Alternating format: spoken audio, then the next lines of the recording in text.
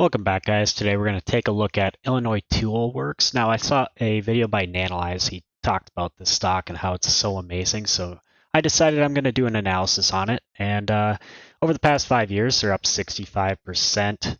They have slightly underperformed the S&P 500 just by a little bit. They also pay us a dividend, and their price to earnings ratio right now is 25, and their market cap being 74 billion. So quite a large company. And I think it's kind of a steep price to earnings for the growth that they have, but they do have like very consistent business and my bad, very consistent business in the manufacturing space. They manufacture a lot more than just auto parts, just like a lot of different items they manufacture. And their growth from 2017 to 2023 in terms of revenue has been about 2% a year, compounded. Now they've had some down years and then some up years, but it's been about 2%, basically just keeping up with inflation. And then it translates very well into their net income. They pretty much have very, very consistent margins and yeah, very consistent growth at about 2 or 3%. Uh, they do buy back quite a bit of stock and then they pay a dividend. So whatever they earn, they basically pay it straight to shareholders, which is a good sign. Their balance sheet is okay. I mean, it's not amazing. They do have 7.3 billion in debt, so we'll have to take that into account. And then they don't really have much for book value. Um, yeah, it must be just that their assets and liabilities cancel each other out.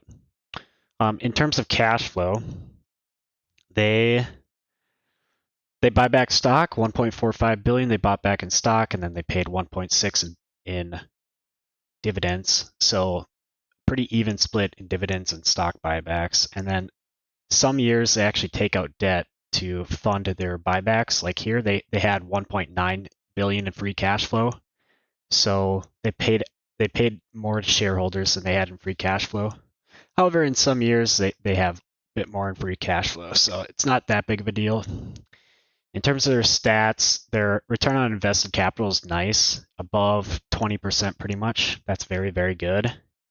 And their gross margin at 40%. That's nice. And then, yeah, very consistent margins. And then their net margin is 17%, and it's been slowly expanding up to 18, 18 and a half, 19 they had 1 year. So pretty solid margins there. Also, I wanted to show you the all-time chart. So this has a very nice all-time chart. These are the types of charts that I'd love to see, basically just straight up and to the right, not too cyclical, and yep, and hasn't really had like major drops. So very, very good all-time chart. Now let's take a look at what the analysts think. Well, the analysts are projecting 10.42 for earnings per share going up to 10.94, and then their revenue going from 16.3 to 19.5, a 2% increase in 2024, and then they're projecting a 3.5% increase into 2025. Let's check the stats, see what the short percentage is. I would guess that it would be quite low. Actually, the short percentage is 2.3%, which is actually higher than I thought it would be. I thought it would be like 1% just because the business is so consistent. But I guess maybe since it is manufacturing, people are thinking maybe there's going to be a recession or something, and maybe that's why they're shorting it. So yeah, it's not too high. Like it's not really a red flag, but it's still higher than I thought it would be. Let's check the spreadsheet here. I put the estimates up here, revenue, earnings per share. They do about 1.5 billion in buybacks, net debt of 7.3 billion, discount rate of 10% because I want a 10% return on all of my stocks, and an exit multiple of 20. Right now they're trading at 25. I think that's kind of steep, especially for such a low growth business. So I think an exit multiple of 20 is more fair for this. And in terms of growth, I have their earnings growth at 4%. And in this case, and they're worth about $170 a share.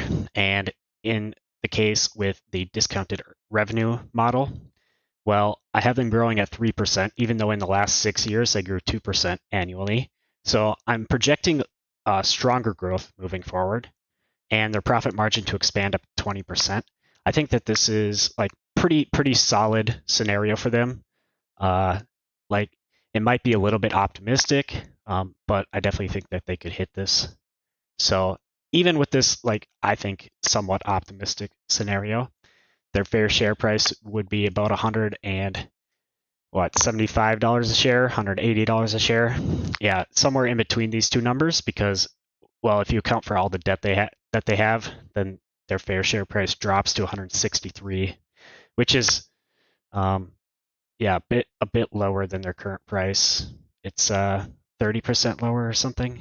Yeah. Well, the current price is 50% higher than their fair share price. So yeah, I definitely think that they have a ways to drop before I would be interested. There's definitely better stocks out there than this. Um, the only reason you'd want to buy this is because they're super consistent and they'd probably outperform bonds. So I'd say if you bought them today, what kind of returns could you expect? Maybe like 6%? Not even 6%, maybe 5%. Yeah, I'd say if you bought them today, you'd be expecting 5% returns. So that's about in par with bonds. So it's, yeah, honestly, I'd rather take short-term treasuries over this just for that optionality in case the whole market drops. But that's just me. So yeah, hopefully you guys enjoyed, and make sure to let me know what you guys think about this in the comments and hit that like button. I'll see you in the next one.